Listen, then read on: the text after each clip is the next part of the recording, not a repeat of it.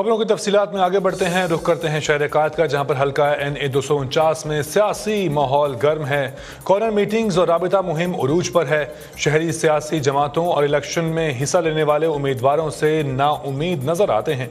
मजीद सूरत हाल हल्के की क्या है और हल्के के आवाम के तासुरात क्या हैं, जानते हैं नुमाइंदे नदीम शहजाद से। नदीम, कहिएगा।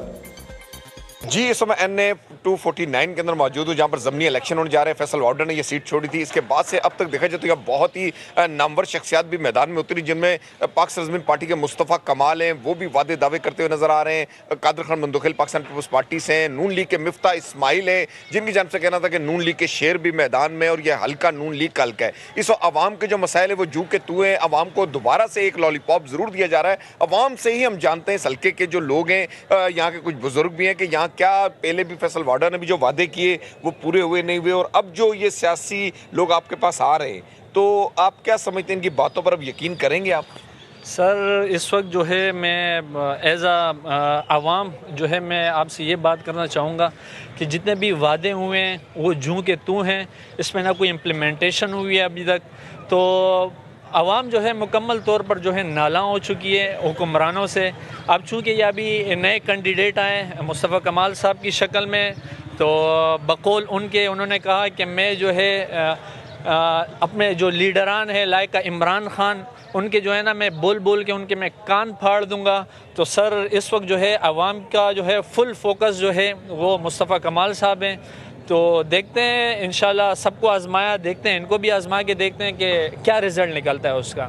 जी, आप बताएं जी, आप क्या कहते हैं? आपने भी यहाँ बड़ा अरसा इस इलाके के आप मकीन हैं, यहाँ के मसाइल भी जानते हैं। पानी का मसला है, सड़कें टूटी फूटी हुई हैं, लोग परेशान हाल है, बिजली, लोड शेडिंग, वादे हमेशा होते रहे। कई मंसूबे यहाँ के जो 12-12, 15-15 सालों से मुकम्मल नहीं हुए, क्या कहते हैं आप?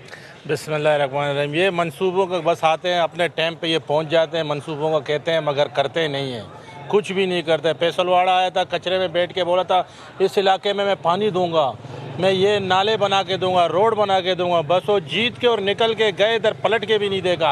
अवाम उसी तरह बेजार पड़ा हुआ है, अभी तक कोई देखने भी नहीं आता है। कोई चेयरमैन भी आ जाता है, काम नहीं करते हैं यहाँ पे। हर कोई आते हैं अपने मकसद के लिए आते हैं, फिर चले जाते हैं, काम कोई नहीं करता है। तो आप क्या समझते हैं जी कि अब आप वोट किसको देंगे? जो वादे, अब भी तो वही वादे वही दावे हो रहे हैं, तो क्या ये जो असम्बलियों में जाकर बल्दिया को याद रखेंगे यहाँ के लोग? हाँ, ये बिल्कुल याद करेंगे, मगर इस तरह याद करने से फ़ायदा नहीं है ना। अगर आवाम के लिए कुछ नहीं करेंगे तो आवाम तो बेजार बैठा हुआ है। अभी तक हर चीज़ इतना महंगाई हो चुका है, आवाम बेजार है, क्या करे। ये 500 रुपये दिहाड़ी से आवाम क्या कर सकेगा? अगर अस्पताल में जाते हैं तो अस्पताल वाले इतने दवाई लेके देते हैं 500 अपने जगह पे, उसका फीस खाली 500 है। दवाई कहाँ से लेगा? परेशान ऐसे ऐसे लोग अब भीख मांग रहे हैं, अब देख के हैरान हो जाते हैं, क्या करें। जी, जैसा कि अवाम के मसाइल अपनी जगह है कि महंगाई भी है और सियासी वादे दावे भी हैं, और इनके जो काम है, जो मंसूबे, वो भी नहीं हुए। यहाँ पर इस पूरे बल्दिया टाउन हल्का NA 249 में कोई सरकारी बड़ा हॉस्पिटल नहीं है कि फौरी तौर पर यहाँ पर आया जाए। जो मंसूबे वो तातुल का शिकार हैं। अवाम अब भी इनके वादे दावे सुन रही है, लेकिन इनका कहना है कि एक नया चेहरा मुस्तफ़ा कमाल चुके इस हल्के में, उनको भी हम देखेंगे, आजमाएंगे, लेकिन आने वाला वक्त फैसला करेगा कि कौन जीतता है, कौन अमली इक़दामात करेगा। ठीक है नदीम शहजाद, आपने